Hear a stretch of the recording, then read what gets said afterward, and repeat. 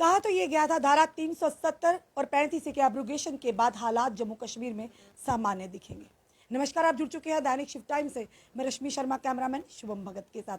लगातार target killing का सिलसिला जारी है और वहीं दूसरी तरफ कश्मीरी नेता कहते हैं कि पाकिस्तान से हमें बातचीत करनी चाहिए, और वहीं दूसरी तरफ कल पाकिस्तान के पिशावर के पास 2 सिख समुदाय के लोगों की हत्या कर दी गई। तो आज सिख समुदाय ने भी रोष जताया कि प्रधानमंत्री जी को ये मैसेज दिया गया कि 56 इंच के सीने में अब ऑक्सीजन भरिए और मुंह तोड़ जवाब दीजिए ऐसी ताकतों का जो भारत में घुसकर भारतवासियों की जान लेने पर तुली है। इस समय हमारे साथ एडवोकेट अंकुर शर्मा है। बड़ी ही बेबाकी से भारत सरकार को कहीं ना कहीं कटघरे में खड़ा करते हैं कि आखिर कमियां कहाँ है, ये जानने का प्रयास करते हैं। वायदा तो किया गया था कि हालात सामान्य हैं, ये किस तरह के हालात सामान्य हैं? आए दिन मजलूमों का, मासूमों का खून बहाया जा रहा है। अंकुर जी, सबसे पहले आपका बहुत बहुत स्वागत है। जी धन्यवाद। क्या कहेंगे अंकुर जी, ये सारी जो स्थितियां हमारे सामने आन खड़ी हुई हैं, किसका दोष है, कमियां कहाँ पर, कौन किसको शेल्टर कर रहा है? देखिए, भारत सरकार और जो भी यूटी एडमिनिस्ट्रेशन की स्टेट इंस्ट्रूमेंटलिटीज़ जम्मू कश्मीर में हैं, वो जम्मू कश्मीर में जो समस्या चल रही है जिसके कारण आतंकी हमले हो रहे हैं, आतंक का नेटवर्क, आतंक का इंफ्रास्ट्रक्चर फ्लरिश कर रहा है, उन सब चीज़ों को लेके डिनायल मोड में है। हिंदुओं के नरसंहार की बात हो, सिखों के नरसंहार की बात हो, उसको लेके डिनायल मोड में है। कश्मीर में रह रहे हिंदुओं पे जो अत्याचार हो रहे हैं उन पे पर्दा डालने का काम इसी नीति के कारण, सरकार की इसी नीति के कारण हो रहा है। एक अनफॉर्चुनेट सिचुएशन है जम्मू कश्मीर में जहाँ पे कश्मीरी हिंदुओं की रिटर्न एंड रिहेबिलिटेशन की पॉलिसी को ऐसे पेश किया जा रहा है जैसे उनके साथ न्याय कर दिया गया हो। इनफैक्ट कश्मीरी हिंदुओं का और जो जम्मू संभाग के मुस्लिम मेजॉरिटी डिस्ट्रिक्ट्स में रह रहे हिंदू, जो 90s और 2000 के दशक की जो नरसंहार की घटना है जो अभी कंटिन्यूसली चल रहा है और राहुल भट्ट नए विक्टिम बने हैं उस नरसंहार में,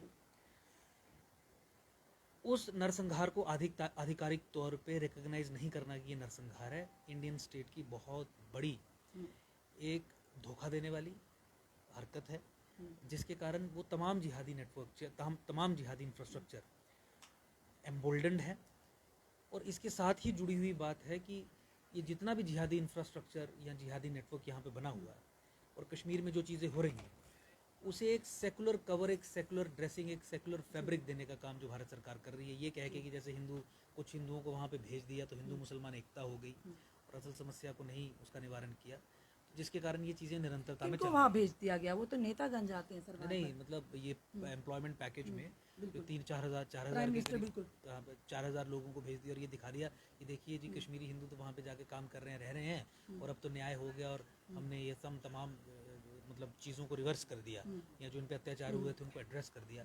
उन्हीं परिस्थितियों में भेजना जो परिस्थितियाँ 89 में थी, लेम डक्स की तरह, और एक स्ट्रैटेजिक होस्टेजेस बना के उन्हें हैंडओवर करना जिहादियों के हाथ में और फिर उसका डंका पीटना, अदरवाइज मुझे लगता है कि इससे बड़ी डिस्टर्बेंस इंडियन स्टेट और कुछ नहीं कर सकती। सवाल ये कि सुरक्षा का सवाल था। ये कहा गया था कि वापस उनको, जो विस्थापित कश्मीरी हिंदू माइग्रेंट्स हैं, उनको वापस कश्मीर लिया जाएगा पूरी सुरक्षा के साथ।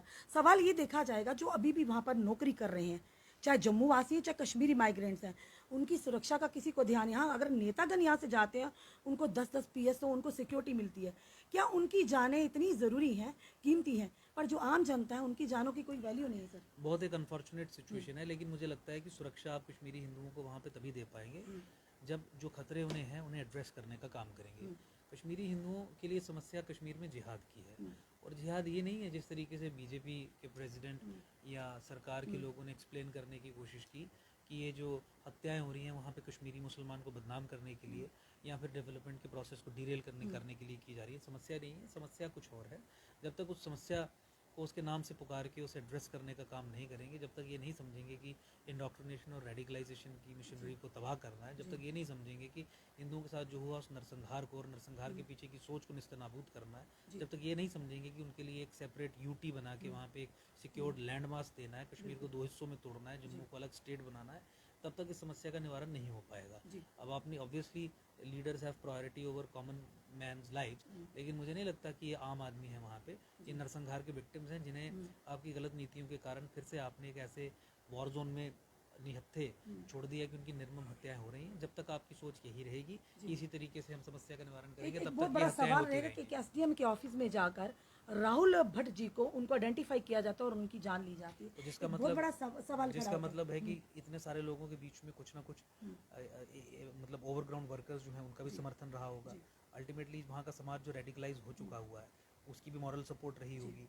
जो रेडिकलाइजेशन की मशीनरी, चाहे वो अहले हदीस हो, जमात हो, देवबंदी हो, वहाबी हो, तबलीगी हो, जो फ्लरिश कर रही हैं, उनका भी कुछ ना कुछ रोल रहा होगा।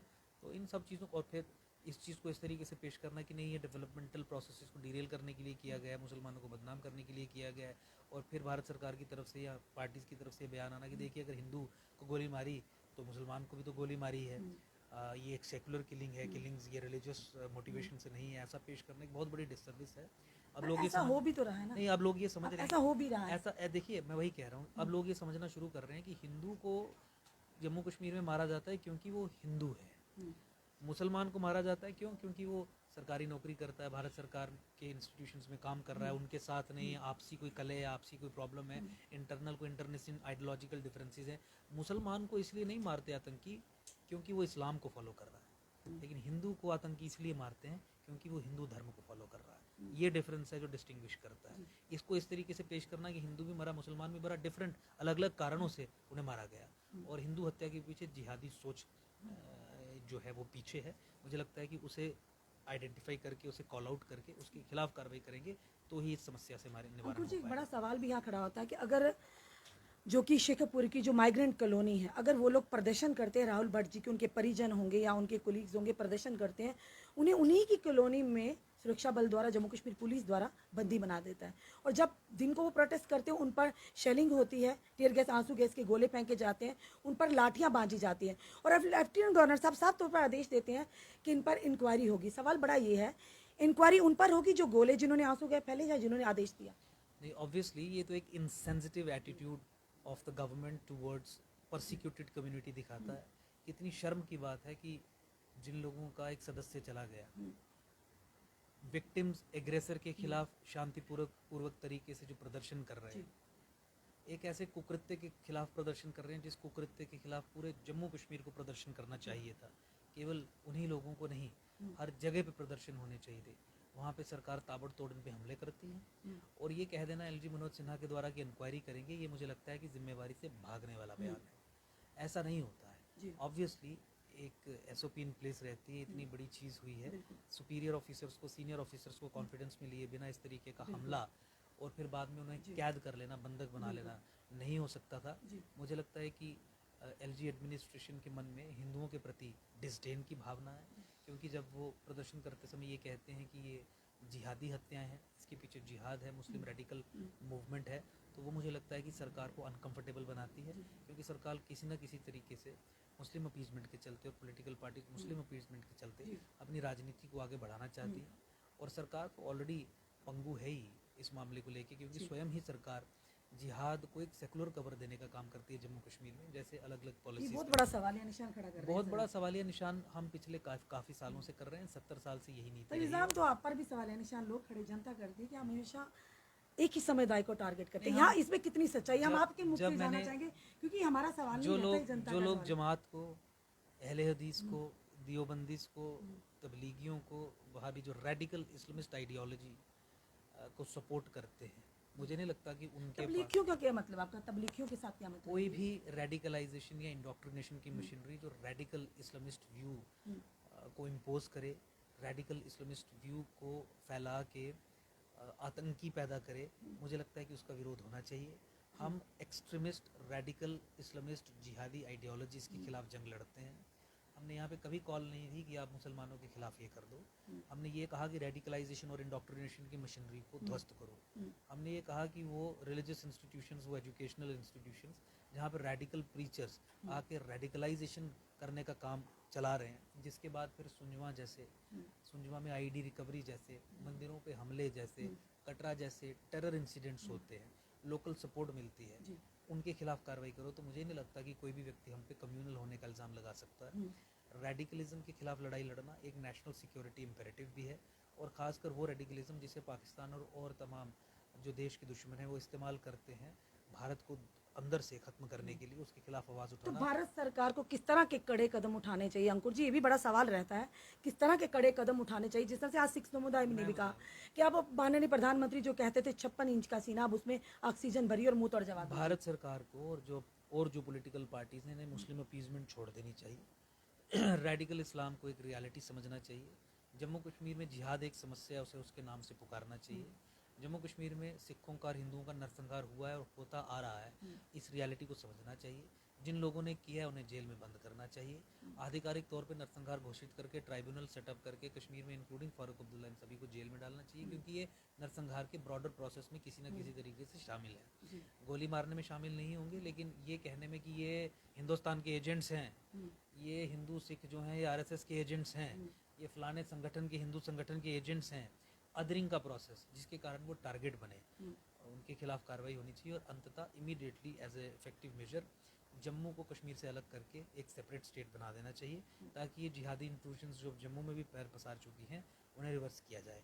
और जो हिंदू नरसंहार के विक्टिम्स रहे हैं उनके लिए एक secured separate land mass Kashmir में यूटी की फॉर्म में बनाना चाहिए, यानी कश्मीर को 2 यूटीज में डिवाइड करना चाहिए, दोनों विदाउट लेजिस्लेचर। एक हिंदुओं के लिए जो नरसंहार के विक्टिम्स रहे और बाकी रेस्ट ऑफ द कश्मीर के लिए। उसके बाद आपको इस समस्या के सोल्यूशन नज़र आते हुए मिलेंगे। और फिर रेडिकलाइजेशन और इंडोक्ट्रिनेशन का जो इंफ्रास्ट्रक्चर है उसके खिलाफ ताबड़तोड़ का। अभी जो 350 जो प्राइम मिनिस्टर पैकेज के तहत जो कश्मीरी माइग्रेंट्स से नौकरियां ली थी, उन्होंने इस्तीफा दिया था, पर कहीं ना आदेश ये हो गया कि अब उनको अपनी ही डिस्ट्रिक्ट में वहाँ पर एडजस्ट किया जाएगा। तो ये चीज़ें पहले क्यों नहीं दिखाई दी? नहीं, इससे भी कोई सेफ्टी और सिक्योरिटी उनकी इंश्योर नहीं होगी। कश्मीर के किसी भी डिस्ट्रिक्ट में, कश्मीर के किसी भी तहसील में वो सेफ और सिक्योर नहीं है। मुझे लगता है कि तत्काल प्रभाव से सरकार को उन्हें इवैक्यूएट करना चाहिए, उन्हें ट्रांसफ़र करना चाहिए, उन्हें सेफ और सुरक्षित जगहों पे लाना चाहिए, चाहे जम्मू में कहीं अटैच करें। जम्मू के लोग रेडी हैं। We can't let Hindus to be killed by jihadis in Kashmir, we can't let that happen. इसके लिए हमें कोई भी कदम उठाना पड़े तो हमें उठाना चाहिए। मुझे लगता है कि that is the only solution. और फिर मैंने बताया कि उनके लिए एक यूटी आप क्रिएट करें, परमानेंट सोल्यूशन वही है। इमीडिएटली पीएम पैकेज एम्प्लॉइज़ को आप कहीं और सुरक्षित जगह कुछ पर जब इस तरह रखिए। का नरसंहार होता है कि मासूमों की जान जाती है, तो कहीं ना कहीं पब्लिक डोमेन में इन चीज़ों को, उन लोगों को एक्सपोज करना बड़ा ही अनिवार्य रहता है। कहते हैं इंक्वायरी इनिशिएट कर दी गई है, पर इंक्वायरी आगे कहाँ तक हुई, कहाँ पहुँची, कौन लोग थे शामिल, ये चीज़ें नहीं लाई नहीं, जाती। किसी भी इंक्वायरी की फेट आपको जम्मू कश्मीर में जो कंक्लूजन तक जाती हुई नज़र नहीं आती। आप मुझे बताइए, माता वैष्णो देवी श्राइन में 12 लोगों की हत्या हो गई। स्टैम्पीड मैन्युफैक्चर्ड ही था, आप जानते हैं। बिल्कुल। उस पर भी इंक्वायरी कमेटी गठित की गई थी। कोई आज जानकारी तक कोई है भी आपको? आउटपुट का सामने नहीं है। बिल्कुल कोई भी आउटपुट नहीं है। इंक्वायरी का मतलब ये रहता है कि आप फिर सेम घटना आगे रिपीट ना हो, उस चीज़ का भी ध्यान रखिए, क्योंकि व्यापक तौर पे आप समस्या को समझते हैं। आतंकी हमले क्या रुके हैं, टारगेटेड किलिंग्स क्या रुकी हैं, इन इंक्वायरीज़ में कुछ नहीं आने वाला है। उसका कारण ये है कि सरकार की सोच ही ऐसी है कि वो समस्या का निवारण कर ही नहीं सकती। सरकार ही समस्या का हिस्सा है जम्मू कश्मीर में। अब हम ये कहते हैं कि सरकार को अपने आप को इस समस्या से डिसएंटेंगल करके चीज़ों को राइट कॉन्टेक्स्ट में, समस्या को असल नाम से, जिहाद को जिहादी नाम से पुकार के उसके खिलाफ काउंटर रिस्पांस खड़ा करने की ज़रूरत है, तभी सॉल्यूशंस मिल पाएंगे। धन्यवाद। देखिए, ये थे हमारे साथ एडवोकेट अंकुश शर्मा। काफ़ी गंभीर विषयों पर हमने इनसे बात भी कही ना कि इन्होंने कहा कि समस्या का जो हिस्सा है सबसे पहला बात कि भारतीय सरकार ही है। जब तक वो कड़े कदम नहीं लेंगे तो कहीं ना कहीं जो लगातार टारगेट किलिंग का सिलसिला है वो जारी रहेगा। अब देखना यह किस तरह से अब भारत सरकार कड़े कदम उठाती है और ऐसे लोगों को जो वाकई मासूमों का खून बहाते हैं उनके पीछे किसका हाथ है, या वाकई जो जहादी एलिमेंट्स जम्मू कश्मीर में सक्रिय बल्कि पूरे भारत देश में सक्रिय, किस तरह से उन पर शिकंजा कसा जाता है। अपने कमेंट जरूर कमेंट बॉक्स में दीजिए। इस वीडियो को जितना हो सके शेयर कीजिए। जुड़े रहिए ऐसे हमारे से अगले अपडेट के लिए। जय हिंद, जय भारत।